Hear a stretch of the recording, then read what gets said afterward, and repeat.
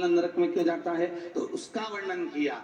प्रसाद धर्म की जगह पर बढ़ता है, प्रसाद सत्य की जगह पर बढ़ता है, प्रसाद कीर्तन भजन संकीर्तन में बढ़ता है, प्रसाद मंदिर देवालय में बढ़ता है, प्रसाद सत्संग में बढ़ता है, प्रसाद कथा भागवत में बढ़ता है, प्रसाद मंदिर के। तो प्रसाद में भी मूलता का भाव यहाँ नहीं का, यहाँ तो स्पष्ट कहा गया है कि एक बेलपत्री जो शंकर को समर्पित करी गई है वही बेलपत्री मूल है।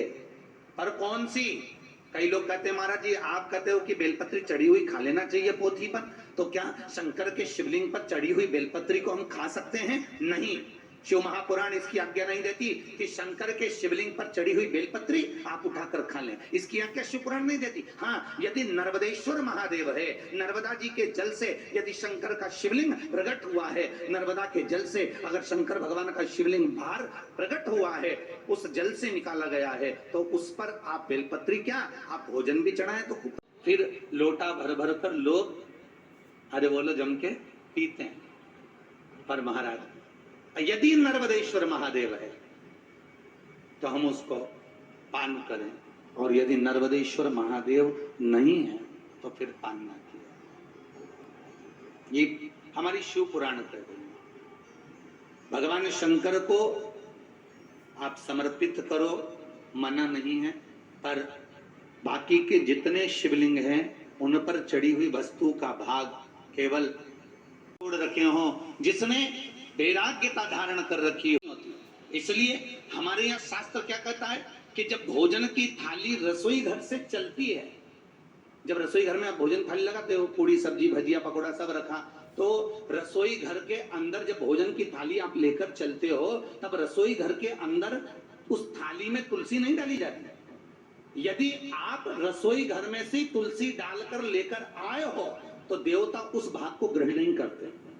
ध्यान दीजिएगा, जैसे मान लो हमारा महादेव सेवा संस्थान कथा करा रही है और एक बर्तन में एक पात्र में कोई भोजन लेकर आए और उसमें तुलसी डालकर लिया है, और वो तुलसी डालकर यदि यहाँ लेकर आए हैं तो उसको भगवान स्वीकार नहीं करेगा, क्योंकि शास्त्र रीति विष्णु पुराण शिव पुराण स्कंद पुराण में स्पष्ट कहा गया जब भगवान के सामने भोजन की थाली पहुंचती है, पहुंचने के बाद आज उसमें तुलसी का दल डालते हो, तो तुलसी का दल भगवान के सामने थाली पहुंचने पर क्यों डाला जाता है उसका भी प्रमाण हमारे यहाँ शिव पुराण और विष्णु पुराण में कहा गया। क्यों? क्योंकि देवताओं में प्रथम देव कौन से हैं जिनकी पूजा जाती है? गणेश जी महाराज। अब गणेश जी को तुलसी करेगा तो बाकी के देवता करेंगे क्या? अरे बोलो तो जम के नहीं।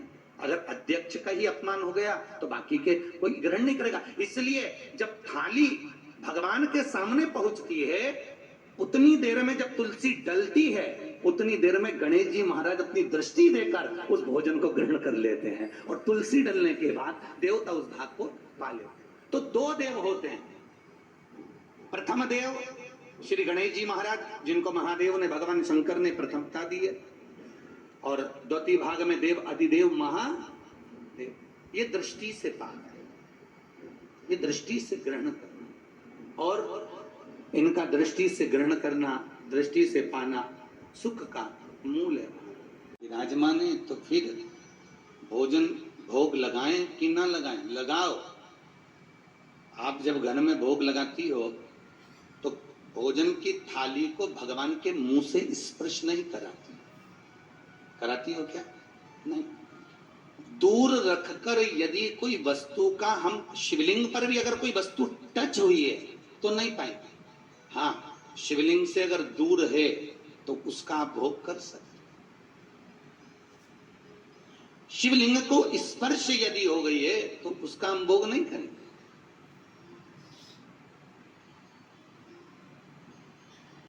राजा आंखों में जल भर कर रो रहे हैं कि मेरी गलती क्या थी, मैंने इतना दान करा, मैंने चंद्रायण व्रत करा। व्रतों में व्रत मैंने चंद्रायण व्रत करा। कौन सा व्रत करा? चंद्रायण व्रत। व्रतों में व्रत श्रेष्ठ चंद्रायण व्रत। कैसा होता चंद्रायण व्रत? आप लोगों ने किसी ने करा होगा। चंद्रायण व्रत जिसमें गाय को 1 किलो गेहूं या अनाज जो भी एक तरह का अनाज गाय को खिलाया जाता है, और गाय को खिलाने के बाद उसी गौ माता के चरणों में बैठा जाता है,